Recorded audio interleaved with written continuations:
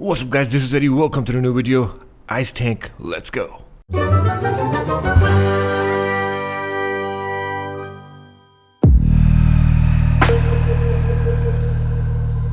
Alright, first thing first, we're gonna look at the gear, we're gonna look at the mods and the artifacts. And ice tanking is one of the most easiest power to tank with in the game, and it's based on shields. And shields are, when we talk about shields, it means we're gonna be focusing on dominance, restoration and health, but mostly dominance. So let's look at the gear. I am 328 CR, right now I'm on test server, but yeah. So the first one is absorption adapter for weapon. We're gonna use supercharged Farm and Bloom 3 for head socket, fortified assault or fortified blocking according to your playing style, because basically it increases your defense by an additional 10% while you're blocking or while you're not blocking. So I'm using fortified assault because I like to use my weapon a lot. Back accelerated winter ward, chest hearty, legs restorative wintry tempest, hands regenerative shielding, and deadly block for feet. Now the artifacts where you're going to be using are Manacles of Force. Make sure it's at 200. This is the most important artifact you need for any type of tanking with any power. It absorbs 50% of incoming damage and reapplies it over the next 5 seconds and to you basically. And also when the unshakable state triggers, cooldowns are reset for your shields, and all shield cooldowns are reduced by 10% overall, so you really need this. Number 2 is Mystic Symbol of the 7. This one, when you get hit by an enemy, you will get an increment in defense by 5% of each enemy, and it goes up to maximum of 20%, increase healing received by 20%, and it also regenerates a small amount of health based on your restoration each time you're struck by an enemy. So it works, and it works really good with ads. Everyone prototype, it's also defense based artifact. So what it does is basically when your health drops to, like, let's say 51 to 75%, you'll gain 4% defense based on your maximum health at that moment. And if your health drops below 50%, between 31% to 50%, you will gain 9% of defense based on your maximum health at the moment. So everyone prototype works a lot. Higher defense means you will get, right now it's 112,000.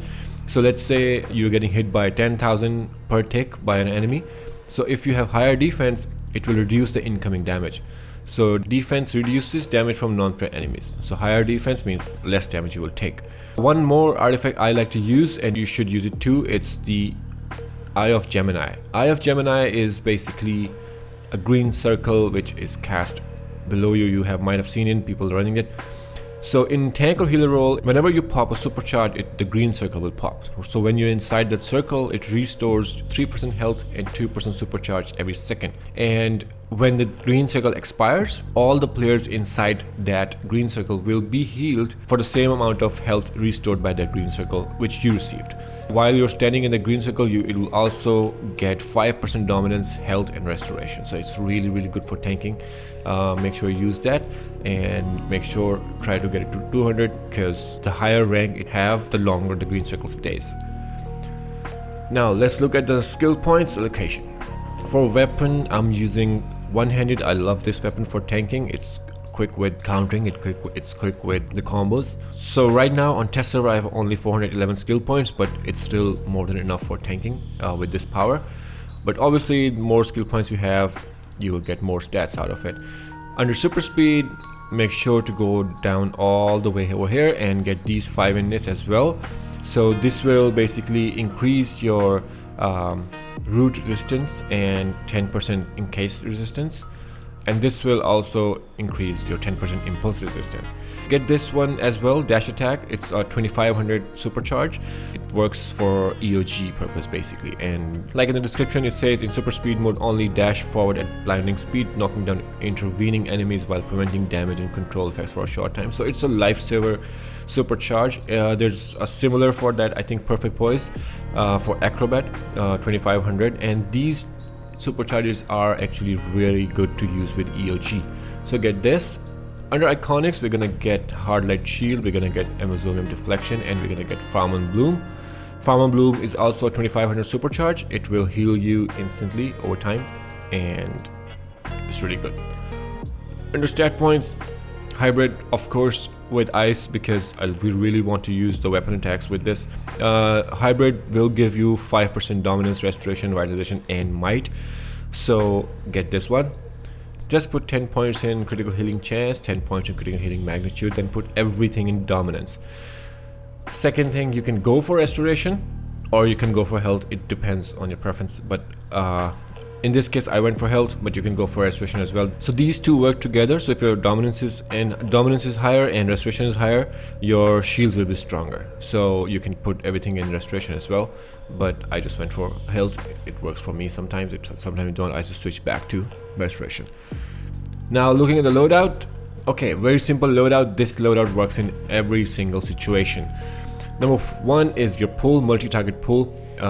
It will pull all the ads towards you.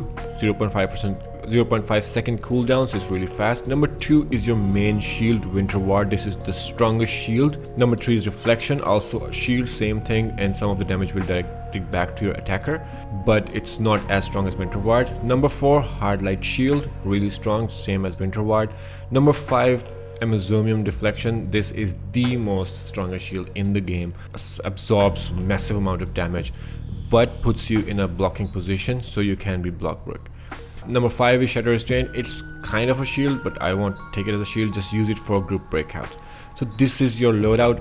All you need to do is pop your shield and time it properly. Okay, now before we move on, so different situations means different loadout, right? So Frost Snipe.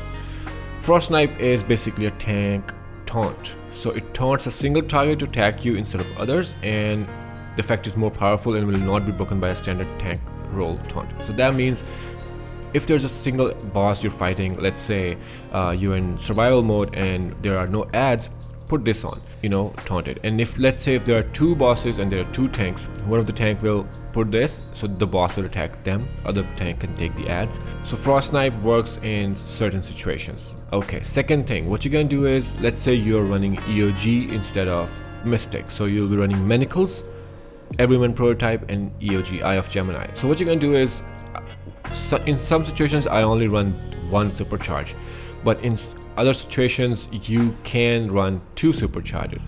So both are 30 seconds, so depending on the situation you can use one of them. Whenever you pop it, it will give you green circle. Let me show you in a second how it works, but in most situations I just go with Farm and Bloom. I don't want to run away from the boss because when I'm tanking it, so I just want my health back and stay right on the top of the boss. So this is my loadout most of the time. You'll see in a second as well. So I'm just going to show you how EOG works, but for EOG to work you need to be in combat. Right now I'm not in combat, so if I do this, now I'm in combat, you can see the red shield right beside my name. So now if I will pop my Farm and Bloom, there's a circle, and look at the supercharge going up every second. So this is how EOG works. Now let's go outside, tank a boss or bounty, and show how it works. Alright, so this is the new bounty, Ocean Master. So the key to Ice Tank is to make sure you counter your enemy first of all. See, so I get blues and that means I get immunity. Secondly, make sure you cycle your shields properly and timely. So if you time your shields properly, you will not get damage at all.